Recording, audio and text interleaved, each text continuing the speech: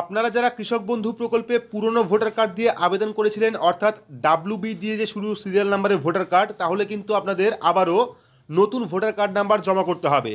আপনারা হয়তো অনেকেই জানেন যে বর্তমানে কিন্তু পুরনো যে ভোটার কার্ড নাম্বারগুলি ছিল, অর্থাৎ ল্যামিনেশন ভোটার কার্ড, সেই ভোটার কার্ডের সিরিয়াল নাম্বার কিন্তু অটোমেটিকলি চেঞ্জ হয়ে নতুন সিরিয়াল নাম্বার আসছে। আর এই নিয়ে কিন্তু আমরা ইতিমধ্যেই ভিডিও আপলোড করেছি, যারা দেখেননি অবশ্যই গিয়ে দেখে নেবেন।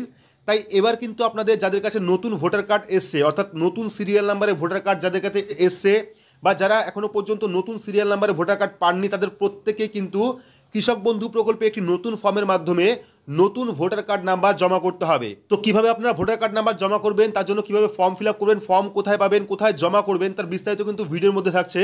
তো ভিডিওটি সমস্ত কৃষকের জন্য খুবই গুরুত্বপূর্ণ, অবশ্যই শুরু থেকে শেষ পর্যন্ত দেখবেন। ভিডিওটি ভালো লাগলে লাইক করবেন, চ্যানেলটিকে সাবস্ক্রাইব করে পাশে রাখা বেল আইকনটি প্রেস করে নোটিফিকেশন অল করে রাখবেন, সবার সুবিধার্থে ভিডিওটি শেয়ার করবেন। তো চলুন শুরু করি। কৃষক বন্ধু প্রকল্পের যাবতীয় কারেকশনের জন্য কিন্তু আপনাদের এই ফর্মটি ফিল আপ করতে হবে। তো ফর্মটা আপনারা কোথায় পাবেন ভিডিওর মাধ্যমে আমরা জানিয়ে দিচ্ছি। তার আগে আমরা দেখে নেব যে এই ফর্মটা আপনারা কীভাবে ফিল আপ করবেন, তার সাথে কী কী ডকুমেন্ট লাগবে।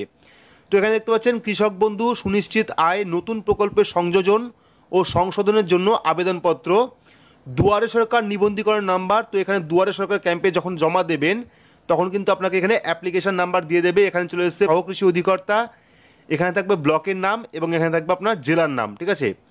তারপর দেখুন প্রথমে আছে চাষির নাম আধার কার্ড অনুযায়ী, অর্থাৎ যে চাষি কৃষক বন্ধু প্রকল্পে সংশোধন করবেন সেই চাষির ফুল নাম দিয়ে দেবেন বাংলাতে, আপনারা লিখে দেবেন। লিখে দেওয়ার পর ভোটার কার্ড নাম্বার আবশ্যিক। তো এখানে কিন্তু ভোটার কার্ড নাম্বারটা আবশ্যিক, অর্থাৎ ভোটার কার্ড নাম্বারটা কিন্তু অবশ্যই লাগবে, সেক্ষেত্রে ভোটার কার্ডের নাম্বারটা দিয়ে দেবেন। দিয়ে দেওয়ার পর পুরনো ভোটার কার্ড নাম্বার যারা নতুন কার্ড পেয়েছেন। তো এখানে কিন্তু একটা বোঝার বিষয় আছে, পুরনো ভোটার কার্ড নাম্বার। তো আপনারা হয়তো অনেকেই এখনও পর্যন্ত পুরনো ভোটার কার্ড ইউজ করেন। তো যাদের কাছে পুরনো ভোটার কার্ড ছিল কিন্তু বর্তমানে নতুন ভোটার কার্ড এসছে, অর্থাৎ আপনি যখন কৃষক বন্ধু প্রকল্পে আবেদন করেছিলেন তখন আপনার কাছে পুরনো যে বড় ল্যামিনেশন ভোটার কার্ড সেটা ছিল, কিন্তু বর্তমানে আপনার কাছে নতুন পিভিসি কার্ড বা নতুন ভোটার কার্ড এসছে, সেক্ষেত্রে কিন্তু পুরনো ভোটার কার্ড নাম্বারটা এখানে দিতে হবে, ঠিক আছে। আর ভোটার কার্ড নাম্বার কিন্তু অবশ্যই আপনাকে দিতে হবে। দেওয়ার পর আধার কার্ড নাম্বার আবশ্যিক। তো এখানে যারা যারা আগে কৃষক বন্ধু প্রকল্পে আবেদন করেছিলেন, ঠিক আছে, আগে যারা কৃষক বন্ধু প্রকল্পে আবেদন করেছিলেন এখনও পর্যন্ত আধার লিঙ্ক করাননি, সেক্ষেত্রে কিন্তু অবশ্যই এখানে আধার কার্ড নাম্বার দিয়ে দেবেন, ঠিক আছে। তো আধার কার্ড নাম্বার দেওয়ার পর কৃষক বন্ধু আইডি নাম্বার যদি জানা থাকে, তো যদি আপনারা কৃষক বন্ধু আইডি নাম্বার জানেন সেক্ষেত্রে দেবেন।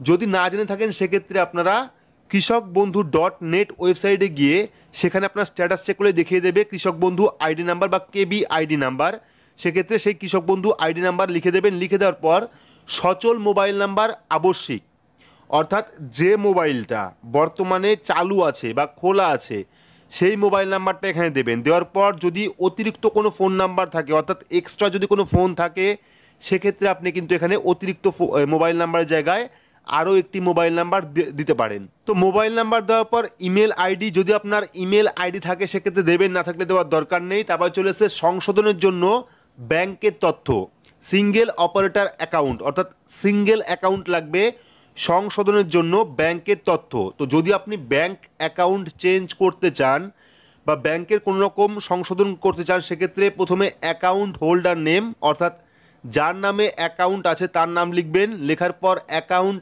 নাম্বার লিখবেন। লেখার পর আইএফএসসি কোড লিখবেন। তো আইএফএসসি কোড আপনারা চেক বুকের প্রথম পাতায় পেয়ে যাবেন বা ব্যাংকের পাসবুকের প্রথম পাতায় পেয়ে যাবেন আইএফএসসি কোড, সেই নাম্বারটা লিখে দেবেন। লিখে দেওয়ার পর ব্যাংকের নাম, কোন ব্যাংকে আপনার অ্যাকাউন্ট আছে সেই ব্যাংকের নাম লিখবেন। লেখার পর ব্রাঞ্চের নাম লিখবেন, ব্যাংকের ব্রাঞ্চের নাম লিখবেন। লেখার পর এখানে সংযোজনের জন্য জমির তথ্য, তো এখানে ক্রমিক নাম্বার দেবেন, অর্থাৎ কোন কোন জমি আপনি অ্যাড করতে চাইছেন বা কোন কোন জমি দিয়ে আপনি কৃষক বন্ধু প্রকল্পে আবেদন করেছিলেন। তো সেক্ষেত্রে আপনার ক্রমিক নাম্বার 1, 2, 3 এভাবে লিখতে পারেন। লেখার পর পর্চা অনুযায়ী চাষির নাম, অর্থাৎ কোন জমিতে কোন পর্চা আসে সেই অনুযায়ী চাষির নাম এখানে লিখে দেবেন। লেখার পর খতিয়ান নাম্বার, জমির খতিয়ান নাম্বার লিখবেন। লেখার পর প্লট নাম্বার লিখবেন। তারপর জমির পরিমাণ একর হিসাবে লিখবেন, ঠিক আছে। তো এইভাবে কিন্তু আপনারা 1, 2, 3 তিনটে সিরিয়ালের মাধ্যমে এখানে জমির ডিটেলস দিতে পারেন। তো সমস্ত ফর্ম ফিল আপের পর আপনারা কী করবেন, এত দ্বারা জানানো যাইতে হয় যে ওপরে লিখিত সকল তথ্য সঠিক সংযুক্তি, ঠিক আছে। তো এই ফর্মটার সঙ্গে ডকুমেন্ট কী কী লাগবে আধার কার্ডের জেরক্স নিচে সই করা থাকবে, অর্থাৎ জেরক্সের নিচে সই করা থাকবে। পাশাপাশি ভোটার কার্ডের জেরক্স নেবেন, সবগুলো ডকুমেন্টারি কিন্তু নিচে সেলফ অ্যাটেস্টেড থাকতে হবে, অর্থাৎ সই করা থাকতে হবে। তারপরে ব্যাংক অ্যাকাউন্টের প্রথম পাতার জেরক্স, তারপর নতুন পর্চা যদি সংযোজন হয় সেক্ষেত্রে জেরক্স, অর্থাৎ নতুন পর্চা যদি নতুন জমি আপনি অ্যাড করতে চান সেক্ষেত্রে সেই পর্চার জেরক্স কপি কিন্তু দিতে হবে। দেওয়ার পর চাষির সই বা টিপ সই হলেও চলবে। তো এখানে যে চাষি আবেদন করবে বা যে চাষি সংশোধন করবে সেই চাষির আঙুলের ছাপ অথবা সই দিলে কিন্তু হয়ে যাবে। তো ফর্মটা ফিল আপ করে যাবতীয় ডকুমেন্ট নিয়ে স্থানীয় দুয়ারে সরকার ক্যাম্পে কিন্তু আপনারা এই ফর্মটি জমা করতে পারবেন। তো এবার বলে রাখি ফর্মটা আপনারা কোথায় পাবেন, ফর্মটা কিন্তু আপনারা দুয়ারে সরকার ক্যাম্পেই পেয়ে যাবেন। তো এই ফর্মটা কিন্তু আপনারা দুয়ারে সরকার ক্যাম্প থেকে সংগ্রহ করতে পারবেন, সেখানেই আপনারা ফিল আপ করে যাবতীয় ডকুমেন্ট দিয়ে জমা করলে কিন্তু কৃষক বন্ধু প্রকল্পের যাবতীয় ভুল বা যাবতীয় কারেকশন সংশোধন কিন্তু করতে পারবেন। ঠিক আছে, তো এই ছিল আজকের ভিডিওটি আপনাদের কেমন লাগলো অবশ্যই কমেন্ট বক্সে কমেন্ট করে জানাবেন। ভিডিওটি ভালো লাগলে লাইক করবেন, চ্যানেলটিকে সাবস্ক্রাইব করে পাশে রাখা বেল আইকনটি প্রেস করে নোটিফিকেশন অল করে রাখবেন, সবার সুবিধার্থে ভিডিওটি শেয়ার করবেন। তো আজকের মতো এইটুকুই, ধন্যবাদ।